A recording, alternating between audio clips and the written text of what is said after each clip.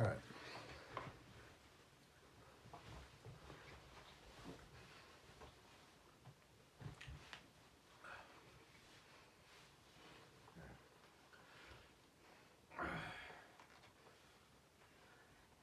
This is all the prep. We can cut this out later. Just add it to start time. All right.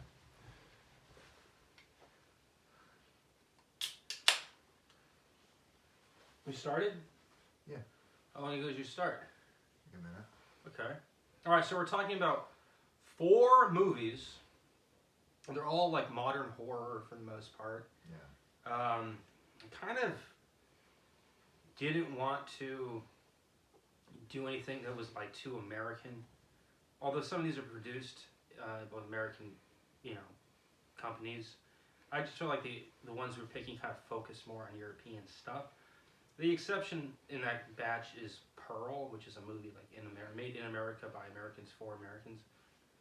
But some of the other films out of the 4 are just sort of aiming towards Europe. You want to look at the camera more because you're going to look kind of dumb if you don't look at the camera. Yeah, and so I feel like you good, man. You're kind of like Yeah.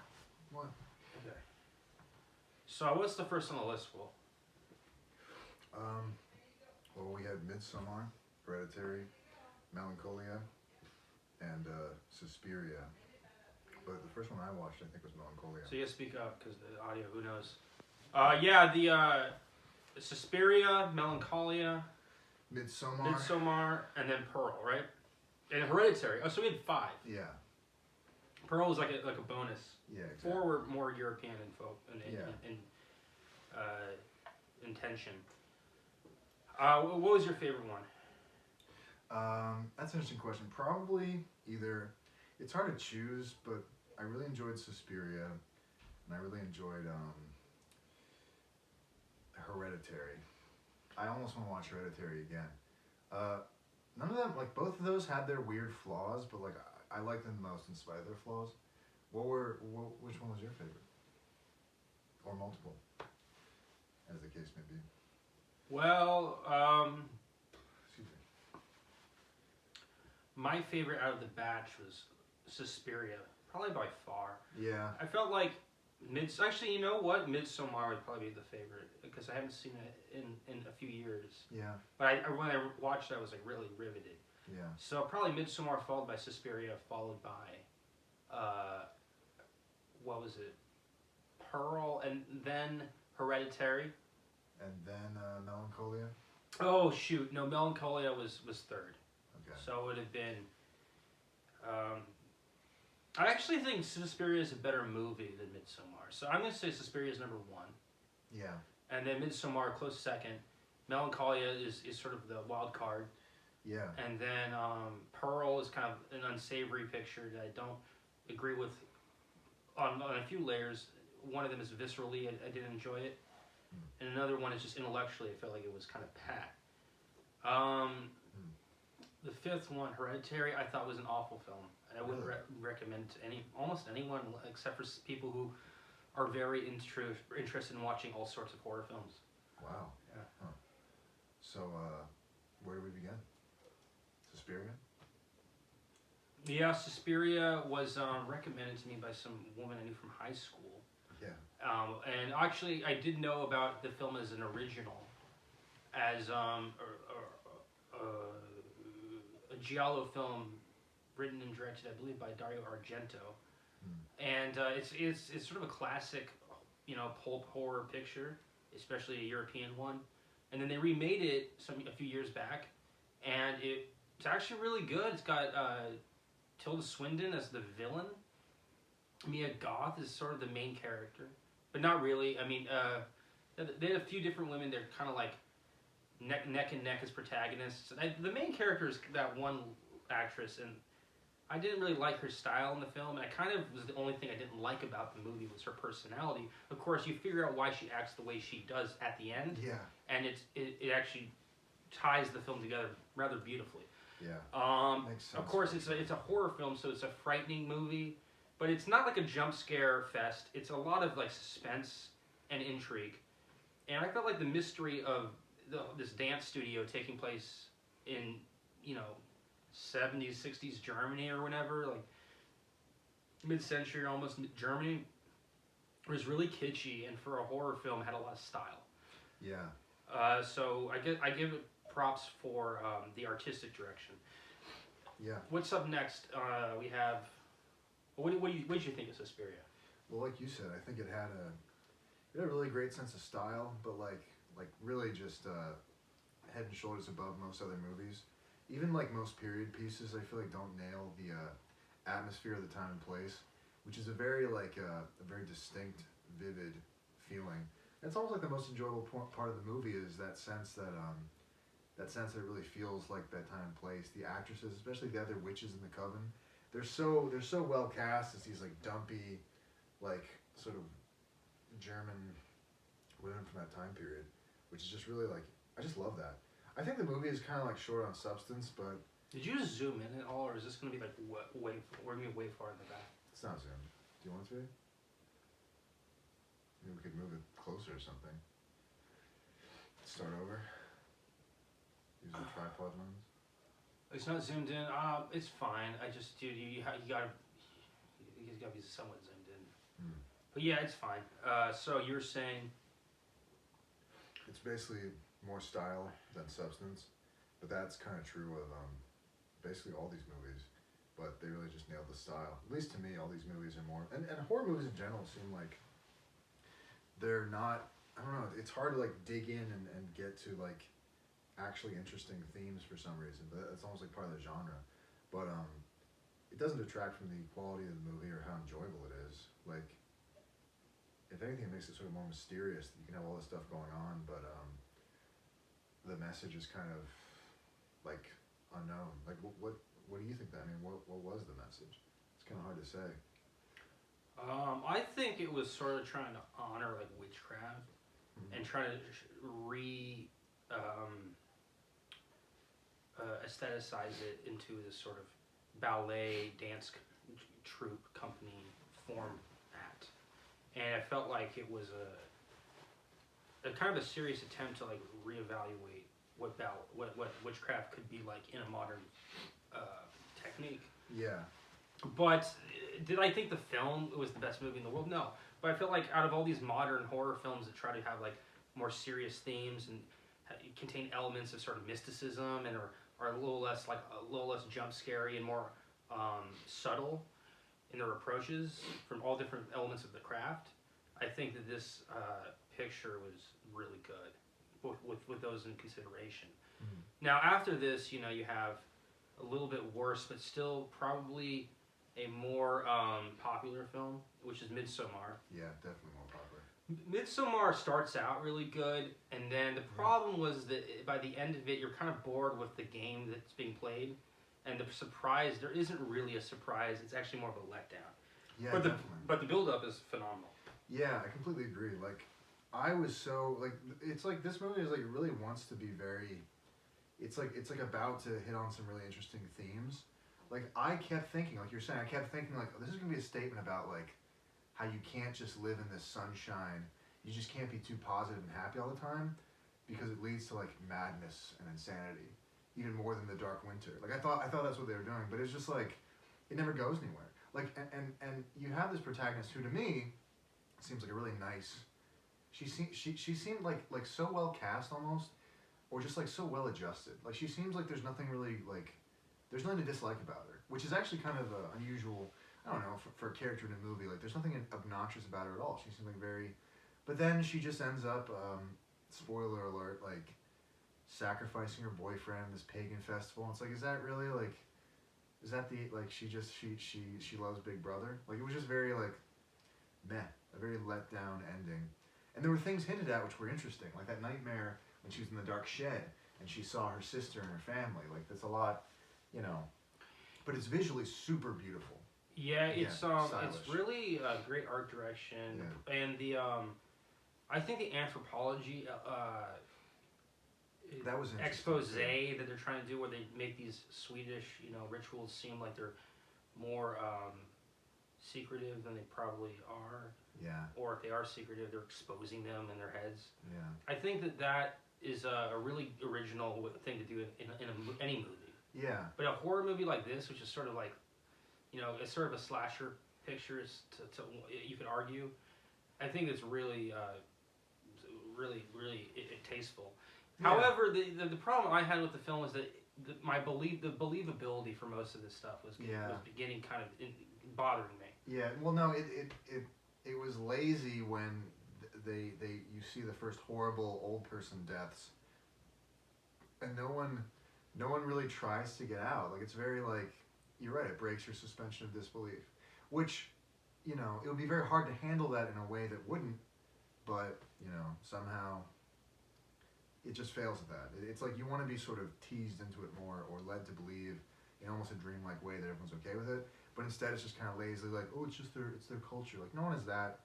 Not even American grad college kids are that like relativistic, I don't think. But so yeah, that's disappointing too. But it's just like visually beautiful and interesting, and it does let you down in the end, but the way there is sort of worth it. I don't know, interesting. I don't know. But, well, yeah, I mean, it lets you down. I don't know. It felt more like a drama a lot, and then it surprises you with murder and gore and just butchery. Yeah. And you're like, well, it's a pretty dynamic film, but then by the end of it, they couldn't really tie it together because the picture was largely a clusterfuck of themes. Yeah. So, Midsommar, really ambitious film and visually stunning. Yeah. And then the setup is great, but the execution is a little off. So I would say it's the second on my list of these 5 films. Now, third, and I think we might agree in the placement here, is this Lars von Trier picture from even earlier. I think it was 10 years old actually. Yeah. Called Melancholia. Yeah. Now you can start that one off. Yeah. So I'll say what I like first. Melancholia, that opening scene where they're in a limo and they're trying to go up this paved road and they just can't. They can't go up it. They can't go down it. Something about that image is very deep. It's actually a very deep image, I think, of depression. It's hard to say why, but it's just one of those like dreamlike images that you really want to get from movies in general. It really nails that. The rest of it, though, I think I wouldn't say it's even third. I'd say it suffers from this like, there's this thing in European cinema, in my opinion, especially when it's like, past a certain point in time, where everyone is like so depressed, and they're like almost like so shy that they're so high class that they won't really say anything. So the movie doesn't really have much dialogue. It just kind of like, and things are kind of left unquestioned and unsaid, and there's a little bit of breaking that suspension of disbelief. Like, why don't they, for example, go into town or whatever? And ultimately, it's just kind of gloomy. It's just like it's just kind of a downer, but it doesn't really seem credible. I mean, underlying things, I think, is this, and I read that Lars von Trier, when he made this movie, he'd read about like depressive realism or something, the psychological theory that, or the empirically proven psychological thing that depressed people see the world more clearly or something. But I don't know. I don't really buy it. It just, also, it sounds weird, but something about a movie named after sort of a psychological concept is already sort of straying a little bit towards being too on the nose. Like, you want to evoke, like, psychology is almost like it's almost like a story in itself. So you can't really make a story about a character from a story. It's hard to anyway, and so I didn't really like this one. I found it very ponderous too, due to the lack of dialogue. I have to disagree. I felt like the lack of dialogue was immediately relevant to the suspense in the picture. If you don't buy into the planet crashing into the Earth, that's sort of a spoiler. Yeah. If you don't buy into that, then the film is just not going to work. Yeah. But if you can believe that, then you can follow along with the emotional dynamic and drama between the characters that is often nonverbal, and I think more realistically so. Yeah, maybe I'm just ADD or something. Maybe I'm just impatient, honestly. Well, I found the movie to be kind of a drag sometimes, but I felt like that was in keeping with the name, Yeah. melancholic. It's like And- the form becomes the content. And I didn't know what the film was about when I watched it. Oh, that's And interesting. and so when there was the wedding, which I believe was like, I thought the movie was going to be about this girl's marriage Yeah. because I thought the wedding was going so well. Oh, that's cool. And I was actually getting bored with it. I'm like, the wedding's like, this is an insipid movie. Starting off this dull wedding. Yeah. It's like overly done. Like it was really like blown out the wedding and with Yeah. all the different stuff they had to purchase to make it look realistic Yeah. and expensive. And they go over the top with it and.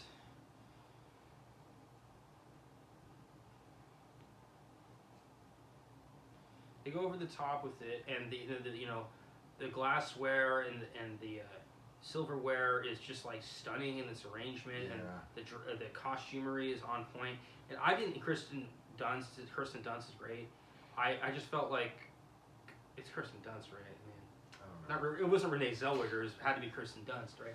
And yeah, and she was great. And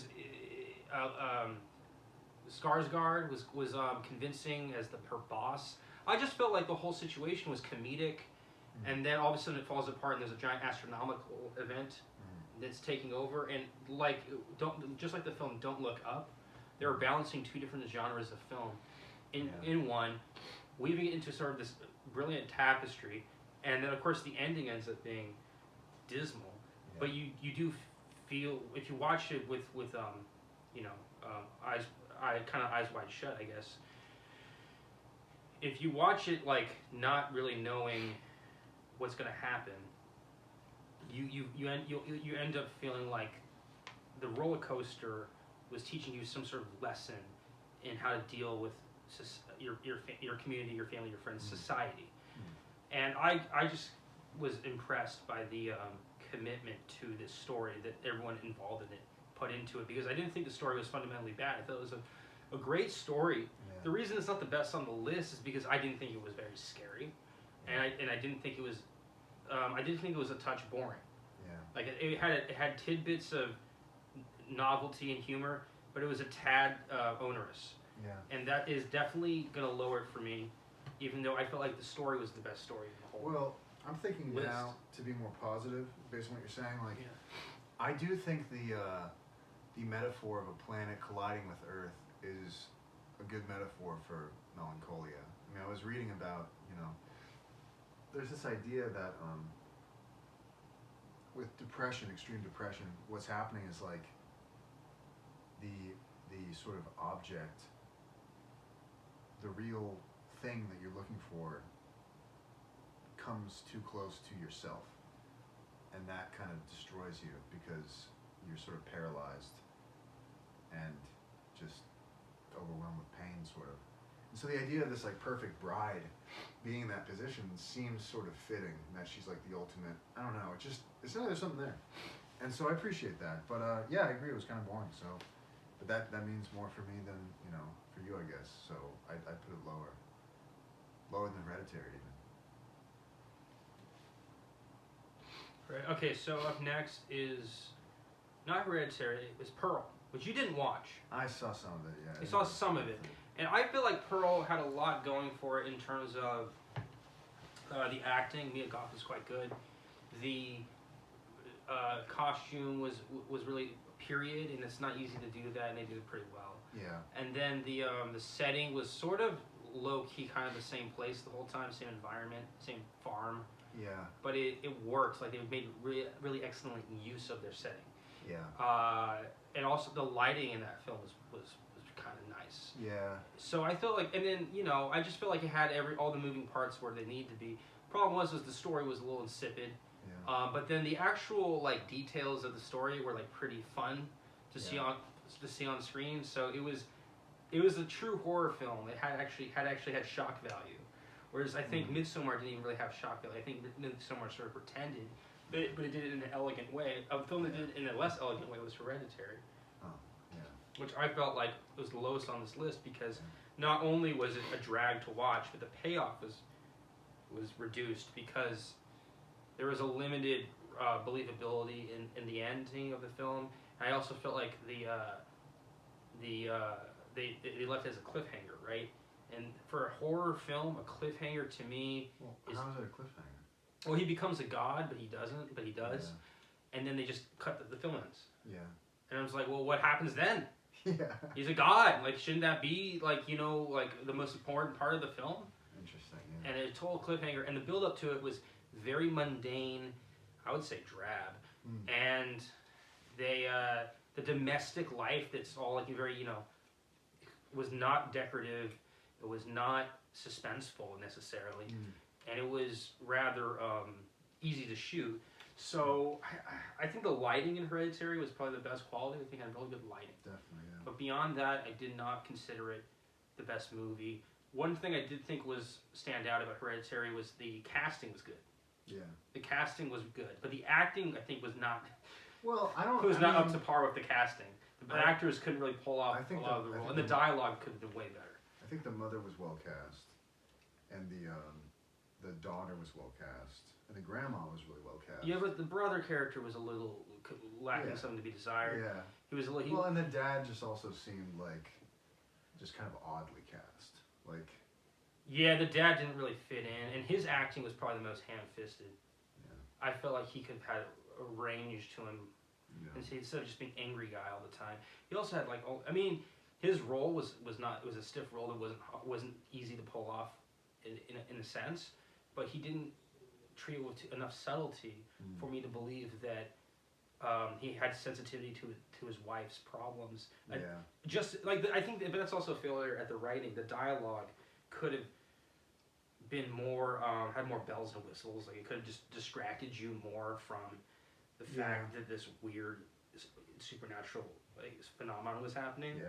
And the dialogue was very much in line with the main story the whole time. There was no subplot that really was cool.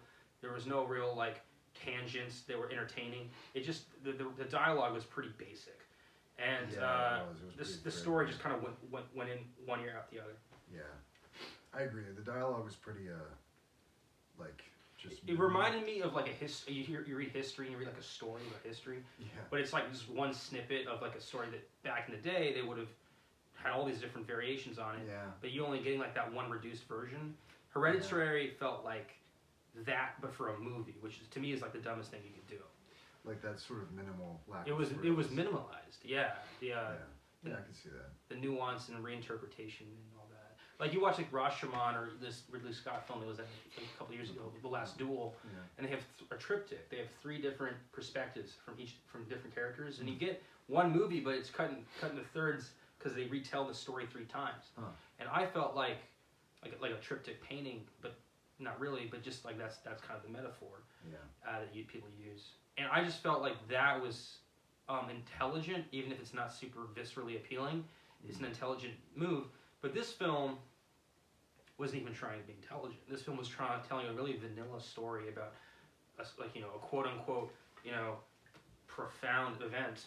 But to me, it was kind of staid and fast and loose, and it was over before it was even done. Yeah, that's certainly true. Yeah, I mean, I don't know. I guess there's something about the lurid aspect of the occult and how that was sort of nailed that I just kind of appreciate. Just this kind of, it was just sort of aesthetically pleasant, even though it's really messed up and evil. I don't know. Sort of appealing. No, absolutely. I mean, all these movies were good, and just some were better than others. And I feel like Hereditary, I am throwing it under the bus as kind of the worst one, but I do think it is a film worth rewatching. I don't think it's awful. Yeah. I think they're all pretty good. I think all these films I would rewatch. So if that doesn't tell you something. Yeah. I don't know what does. I think Suspiria, while it might not be, I actually think that's the least rewatchable because it was the one I liked the most. And I kind of just took up so much of it. I absorbed so much of it, I kind of feel the same way, that you're so engaged watching Suspiria, but at the same time it's not it is sort of strange. There are these moments where it's incomplete. And I really dislike that horrible scene where she's torturing that's just that was way gratuitous and disgusting. I get it's a horror movie, but it's just awful. It's just unpleasant or something. But yeah, it's hard to dig deeper into that movie. I'm not really sure why. It just seemed like it wasn't beckoning that much. I don't know.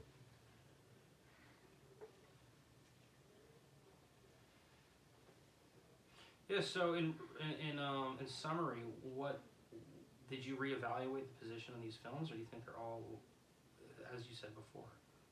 Hmm. I think Hereditary probably is. I think you're right. It's less good than I thought. Melancholia is a little bit better than I thought. Okay. And Suspiria though is still like, it's still my favorite, but it's just because of the visual element, like the superficial element, kind of. And I don't know if that's really changed at all. But the visual element is so strong that it's still like worth watching. Yeah, and I think the setting in Suspiria was probably the best setting. And Midsommar was the second best. And I think overall the setting of these films is helping them. I think the more American ones, to me, are like kind of lame. Yeah. And the European ones are a little more juicy. Yeah, certainly. And that's kind of an unfortunate realization to have, because it means that you have this bias. And I would prefer, the Danish location. I mean, the actors were American, or one of them was, but I just felt like that was a really good location. And then Germany and Sweden were also good locations. Yeah. Pearl was a good one. Hereditary was a little too socially realistic for a picture that's supposed to have a fantastical quality. Did you ever watch that one film that was kind of like Hereditary but a lot better, where this guy, these three high school kids get magical powers? Oh, I forgot what it was. It's Chronicle. Chronicle. No, I never seen Chronicle. You should watch Chronicle, because that is Hereditary, but it's like good. It's like domestic and scholastic. It's like, it's in high school and stuff, in Seattle or whatever, Washington State somewhere, and it's very like Americanized, but it works because the characters are like, they have a lot of personality. In Hereditary, the characters' personalities were kind of, like not really present, lackadaisical or faint. Yeah. And I just didn't think the movie was a serious picture. Yeah. Even though the ending was spectacular, it didn't make up for the lack of substance to any of the plot points. Yeah. Like I guess to be more specific, like this thing where they're being stalked by, the family's being stalked, right, by cult, by this cult, and this woman that they think is their friend runs it. To me, that's like, like that could be like a thing. But it's like so obvious that it could be a thing that you may as well suspect it anyway. And the fact that these parents didn't suspect it because like their child had died and they were overwhelmed with grief. Yeah. To me, that's like a red flag, because it means that the writer doesn't understand human nature. People who have experienced loss are still suspicious of of con artists and schemers.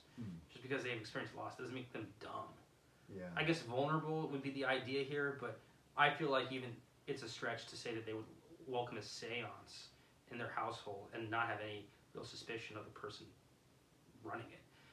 So the plot was hinging on them being vulnerable to this woman, this good kooky old lady, and I just felt like that was kind of like a red flag that the writers weren't really the compos mentis. Yeah. Well, I mean, I don't know. I have no experience that myself. I'm not trying to rag on the writers too much. It was bad writing, but I don't think it was like a lot of people have made that mistake. I think it's a common delusion about how grief functions or affects family people. Interesting, yeah. Smaller set communities like that. Smaller, what do you call it? Small scale communities. It sounds so dumb. I don't know. I'm tired of talking about Hereditary. Hereditary was a film where it's like the characters were clearly like kind of good, and then the amount of complexity to make them even better, to make them great, was just not in the works, and it fell flat. Yeah. So yeah, that's the worst one. I give that probably like a C- or a D. I think I give Pearl, I give it like a B- or a C+.